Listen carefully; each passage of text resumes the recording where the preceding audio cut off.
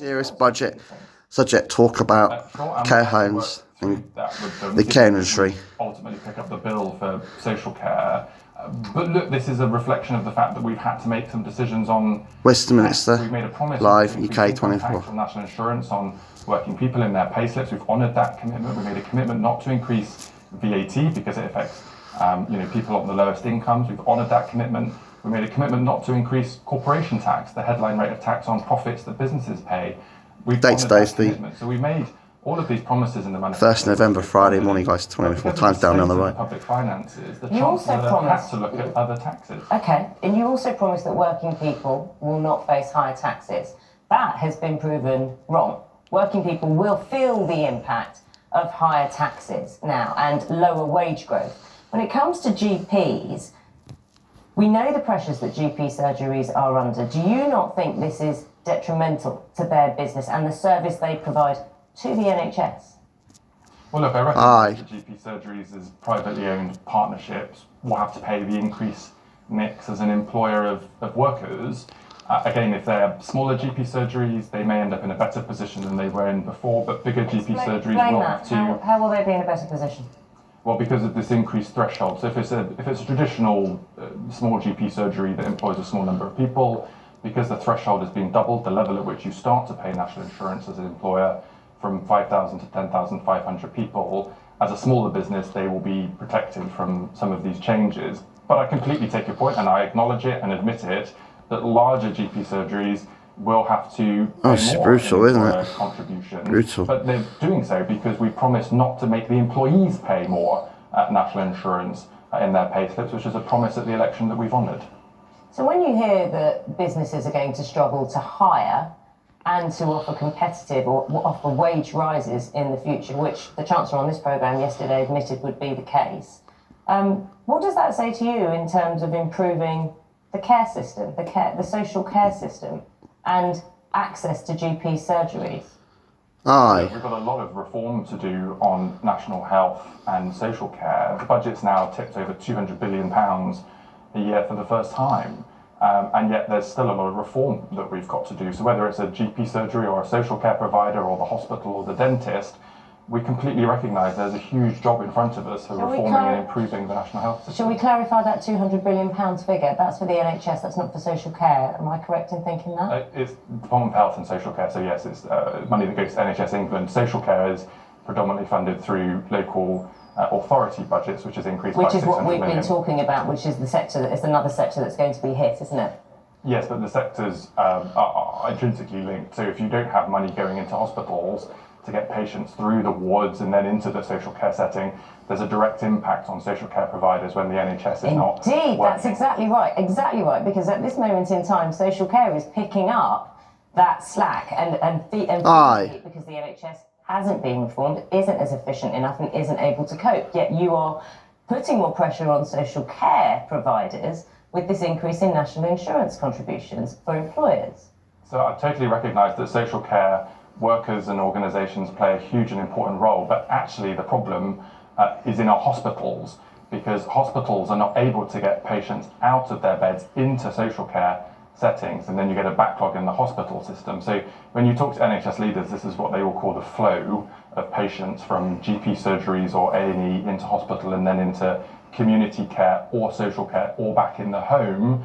And on all of those marks, Wes Streeting, the Health Secretary, is fired up with reforms that need to come into the system to help all of those parts play a more equal and a better role for patients.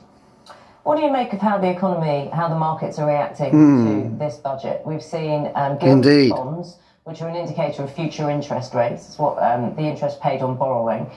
We've seen those go up. We've seen the value of the pound fall.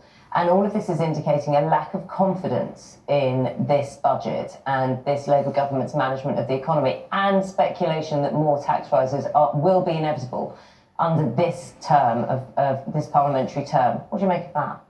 Well, there was a lot in that question, so if you let me just break it down a bit.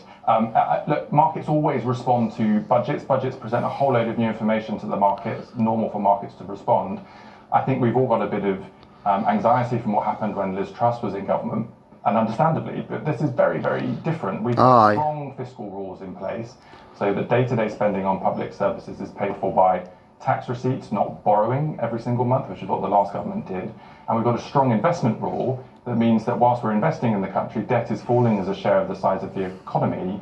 The OBR confirmed that we meet those fiscal rules ahead of schedule in 2 years, 2027, 2028. And actually, over that period of time, there's what's called fiscal consolidation. We inherited an economy where over 4% of the size of the economy was the debt level. That's coming down to just over 2%.